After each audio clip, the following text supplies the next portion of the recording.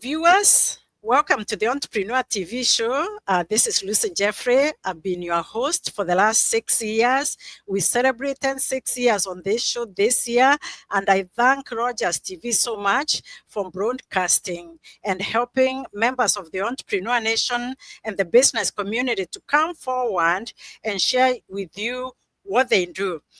Today, we have a great member of the Entrepreneur Nation who has been with us for about 3 years and who is going to talk about so many things that entrepreneurs need to know. And I don't want to talk on her behalf. Let me bring her forward. And here we are. Melanie, how are you doing? I'm doing well, Lucy. Thank you. I'm excited to be here. Good. Our viewers, this is Melanie Ziltener. She has been a member of the Entrepreneur Nation. As we have seen, she has been great. Melanie, you have even sent client to us, but we'll talk about that later. Right now, we are just focusing on you. Please welcome and feel free to introduce yourself to our members. Tell us what you did before you became an entrepreneur.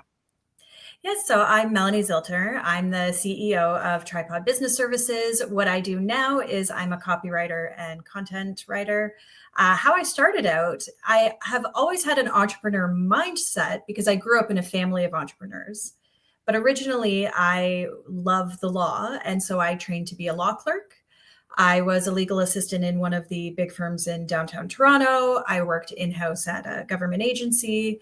And so while I always loved the law and I loved being able to take legal concepts and make them understandable, I didn't love the day-to-day practice of the law. So at a certain point, I figured, why don't I take what I'm good at, which is writing, which is making things understandable, and just focus on that part. So that's what I do now. Wonderful. And you know, Melanie, you had actually mentioned that to me sometimes when we talked that you used to be a law clerk, but you have transformed yourself so wonderfully that now nobody would even think that you used to do legal services. But I think that's why, and we'll talk about that. Many of your clients are lawyers because now you are able to actually do things in the right ways to make sure that they don't run into problems with their licensing body and all that. So that's great. So then you decided to focus on writing, right? So tell us a little bit more about that. What do you write about and why specifically that type of writing?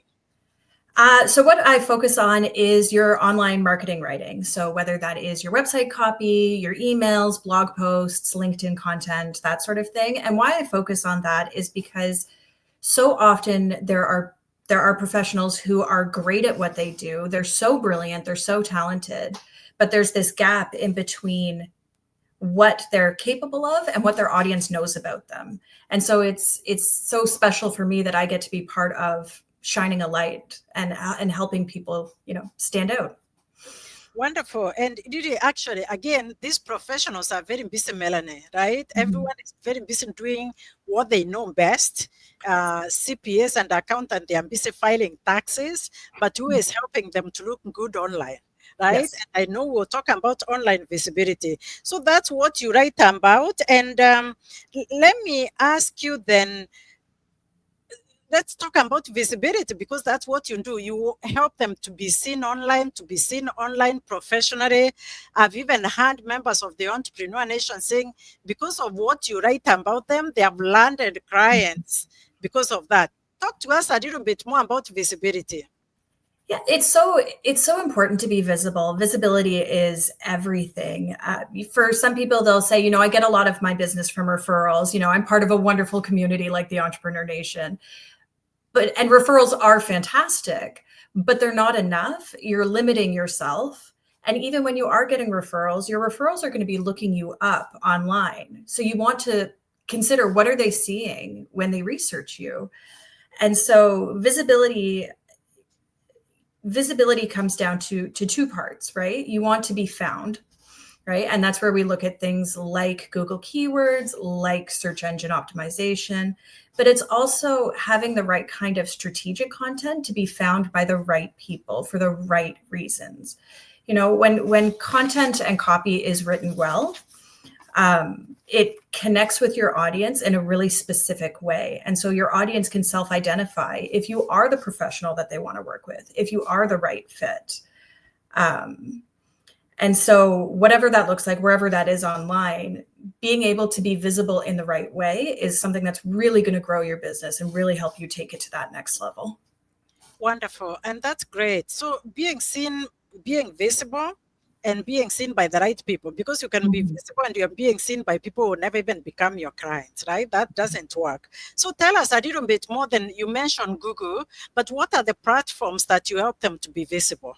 So you want to have a mixture of different marketing assets because you want to help your client move along a customer journey. So often people think that it's just social media, and social media is a way to get attention. So you have platforms like LinkedIn, like Facebook, Instagram, that sort of thing.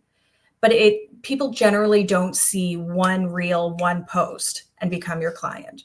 So you need to have different levels of content. So something like an email newsletter or like blog content, long form content that really helps you build that authority and build that trust that they can then take it to the final level and become your client. You really want to have content that speaks to that whole process.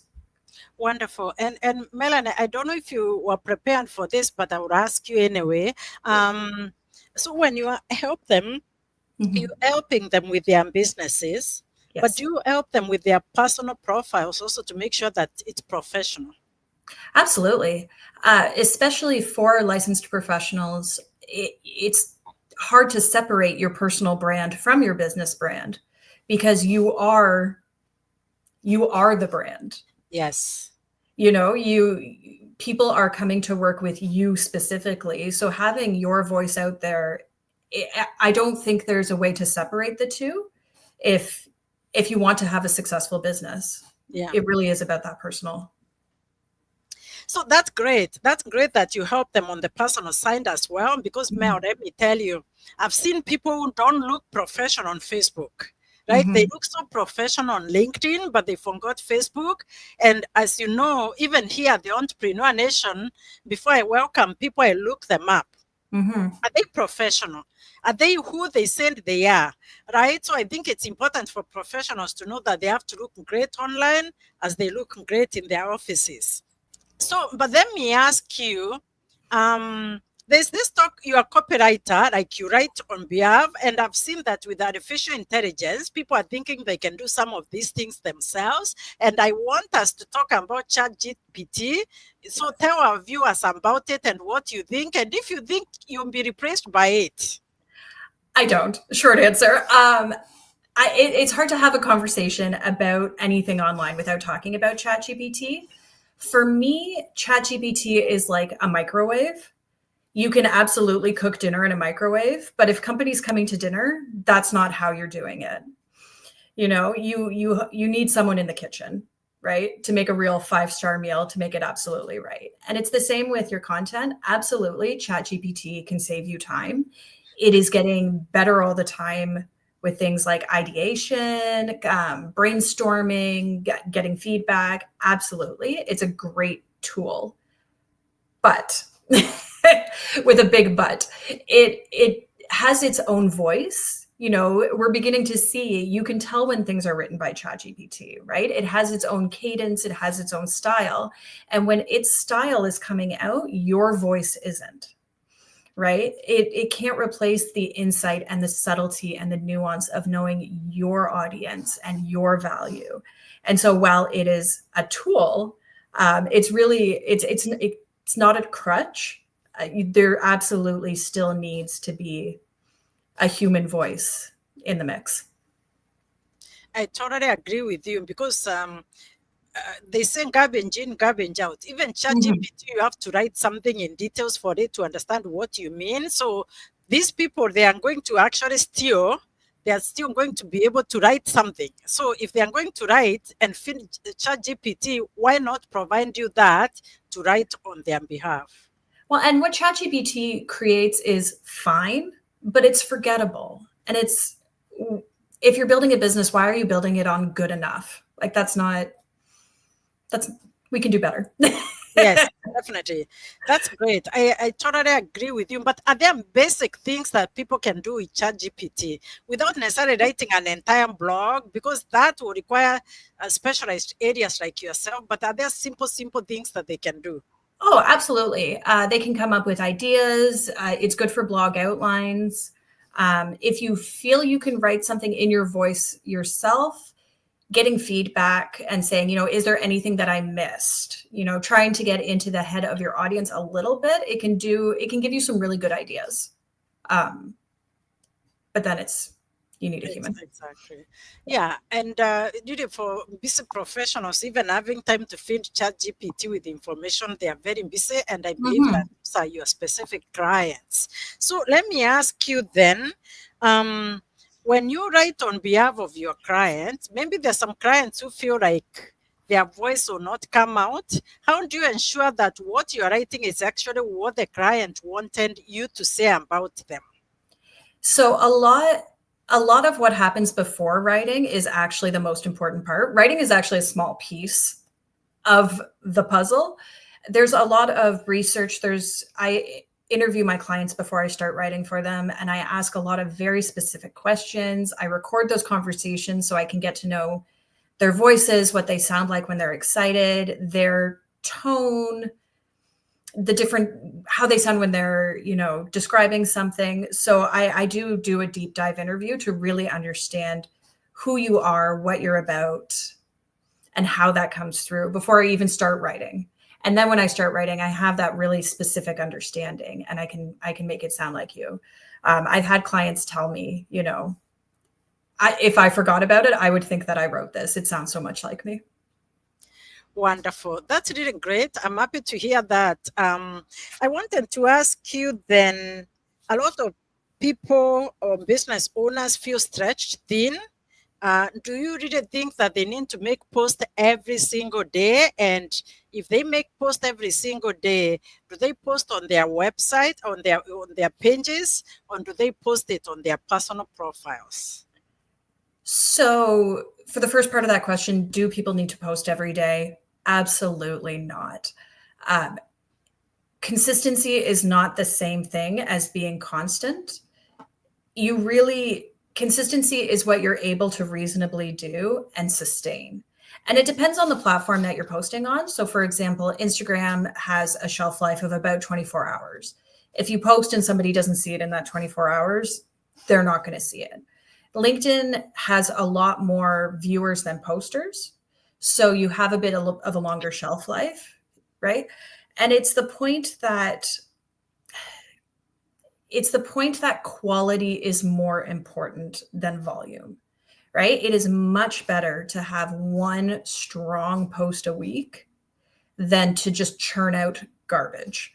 And so the second part of your question about where you post, I like to start with a weekly blog and recycle that amongst different platforms because it gives you a really good foundation, and you can use it in a lot of different ways. And that way you're making the most of your content. You're really getting the value out of it. And you can always recycle content too, because your audience is going to grow. There's going to be people that missed it the first time. So it's okay. It's okay to reuse your content. Wonderful. So, Melanie, thank you for that. I wanted to talk now to switch a little bit because we have talked about the blogs and we have talked about the social media posts. I want us to talk about websites, right? When do a lot of people treat their website like one and done project? Like they do the website once and that's it. I have a website, I own a website, and that's it. What do people need to do? You need to go back to your website. Your business is going to change. It's part of having a business. You're going to understand better who you specifically want to serve. You're going to niche down more specifically the longer you're in business. And so your website has to reflect what the business is now, not what it was 5 years ago, right? So you need to update it in that way. And it's also that the world changes around us. The way people do business changes around us. Just think of, the past 5 years, how much has changed since the pandemic. If your website's not keeping up with that, it looks dated. It looks older, and it's going to turn people off.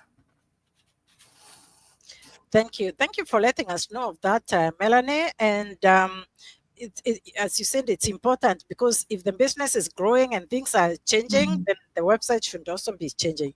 But let me ask you, um, when businesses are building a new website or uh, revamping an existing one, when should they bring a copywriter? As early as possible. As early as possible.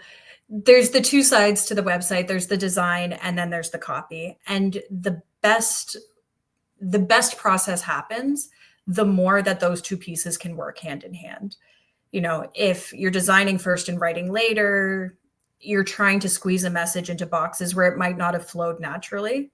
But then on the other side, if you're writing first and the design doesn't quite work, it's so much better when right from the get-go you have a copywriter who's collaborating with the website designer, and then everything is just, you're not making as many changes, everything flows so much better.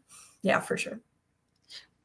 Wonderful, and good to know that. So it's more of building a home and having an architect and an interior designer, right? Exactly. If you Yeah. just let the architect do everything, like someone told me, my sister is an interior designer. She told me she Mhm. went and looked at the drawings, and the kitchen was not looking great, right? Mhm. So whatever the designer and provider or the architect or whoever was not, so she tweaked it a little bit. So Yeah, I think what you're saying is involving you right away so you can make sure that you're providing the right content. exactly.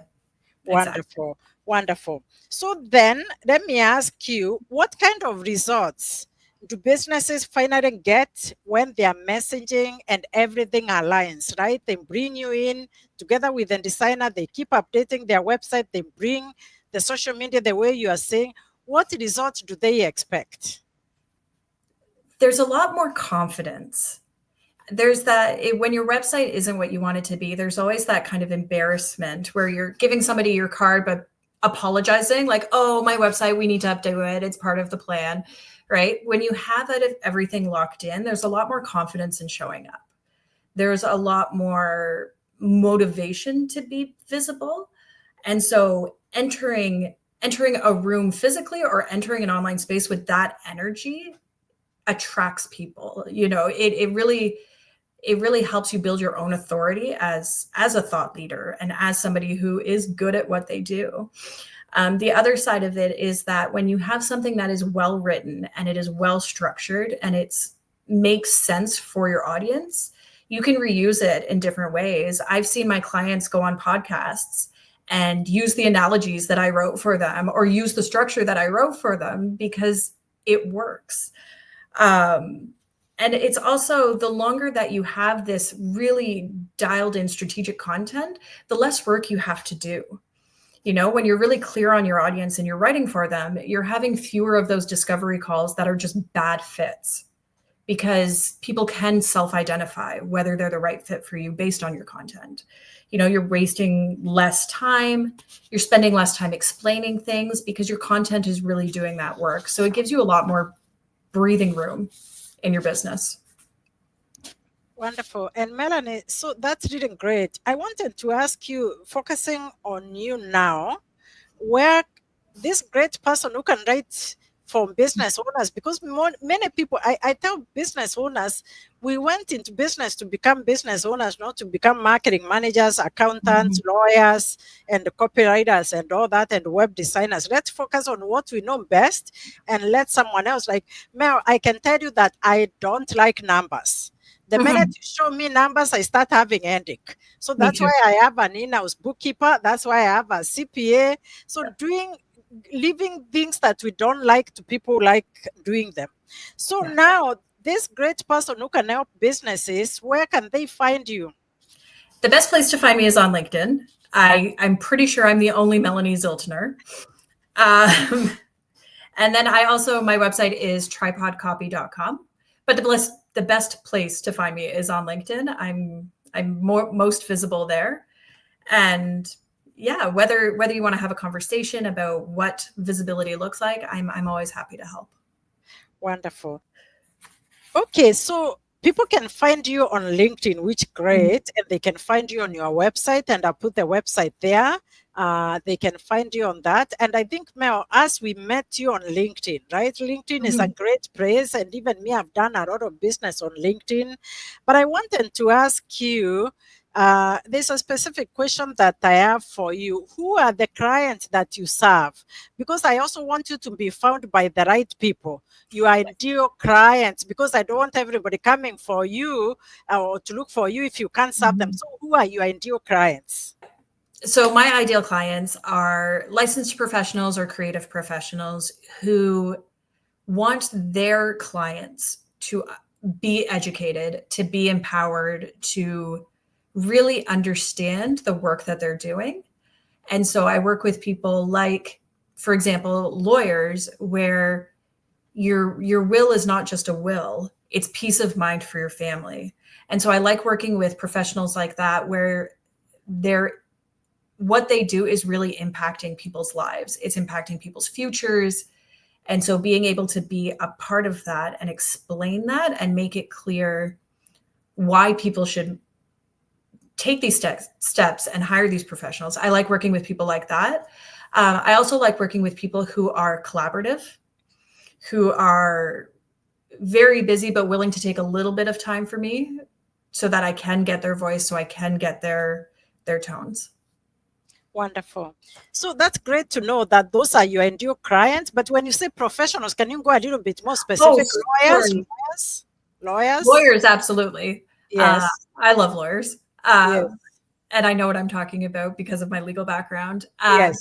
CPAs, real estate professionals, also creative professionals in the sense of interior designers, um, graphic designers, website designers, like that. Wonderful. It's important for us to know, because those are also the viewers that might be watching today. Mhm. Let me ask you, in terms of time, right? I know your time is valuable. You want to work with the right people who respect your time and respect your content and respect your knowledge, because that's what I also expect from people. Every entrepreneur should expect that. But how much time do you want them to assign you to help them be seen? Because like Google SEO, I know you can't just do it in 1 month and say it's going to work. So Yeah. what times in terms of contract period that you want them to retain you for? 6 months is a minimum because, Yes. especially like you said, with things like SEO, Yeah. it takes time to ramp up. It takes time for Google to start noticing you and to start having that traction. And so you do need a solid 6 months um, to build that. But then once you have it, I have clients who I wrote a blog post for them back in 2019 that is still getting them a good chunk of their organic traffic. Right. So yes, you have to do the work at the beginning, but it's work that will keep getting you results for years. Wonderful. And now I want us quickly, before I ask you the last question, because you're almost Mhm. coming to an end, tell us the things that you don't do. And do you do Google Ads? I don't do Um, Google ads. No, no, so tell us all the things that you don't do. Again, we want to make sure we direct the right people to you, so that you don't absolutely. get contacted by people who are not the right ideal customers. No, for sure. I don't do Google ads. That's a whole other skill set. I also don't do social media management. That's a Yes, different skill set. yes. Um, but And really, in terms of writing, it is a very oh, I don't do grant applications. That's a grant specific type of applications, writing. you don't That is a write for that. And I have no. someone who does the writing. I'll connect you with them, Oh, perfect. because then Yeah. I can help you to build end-to-end service for your clients, so that if you don't do this, somebody else can do. Website design. Not the design. No, just the Yes. words. Okay. So then I'll just make sure I connect you with the right people to do end to end. Thank you for Mhm. letting us know who are your ideal clients, so we don't have everyone contacting you. And as we come to an end, Melanie, I wanted to really thank you for being a member of the Entrepreneur Nation for 3 years. You joined the Hamilton chapter, which is a virtual chapter, and you later joined the Toronto East. You have been great. You have referred so many members to us, to a point that I appointed you as the brand ambassador of the Entrepreneur Nation. So tell us, how is that going for you? It's going really well. It's really outside of the fact that the people in my chapters are brilliant and they're so professional and they're so great at what they do. There's also, they're very nice people. They're pleasant people. They're supportive. It's just a really positive group to be a part of. And I've really enjoyed that. I've learned so much. Um, yeah, I can't say enough nice things about it. It's just a really, you've done a really good job of attracting very good people. Thank you. And so, in terms of you referring members, and that's why we named you as the brand ambassador, what makes you want to others to join? Because I remember, Melanie, there's one member that was introduced to me by someone last year, Mhm.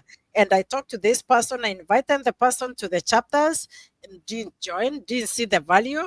But the minute you spoke to this person yourself, they joined. So, what's the magic? I don't know. I can't remember what I said.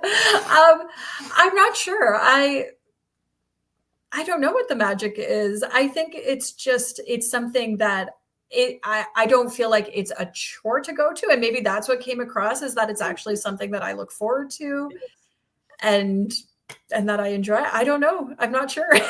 Thank you so much. We appreciate your reliability. We appreciate you helping us. And I believe that the nation, as we call it, has also helped you to find clients and will continue to do that.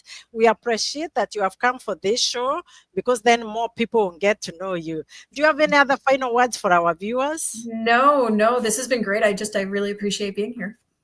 Wonderful. And you know what? If something else comes up that we, because like artificial intelligence world is really expanding, if something comes up that you think our viewers should know, we'll be happy to have you back.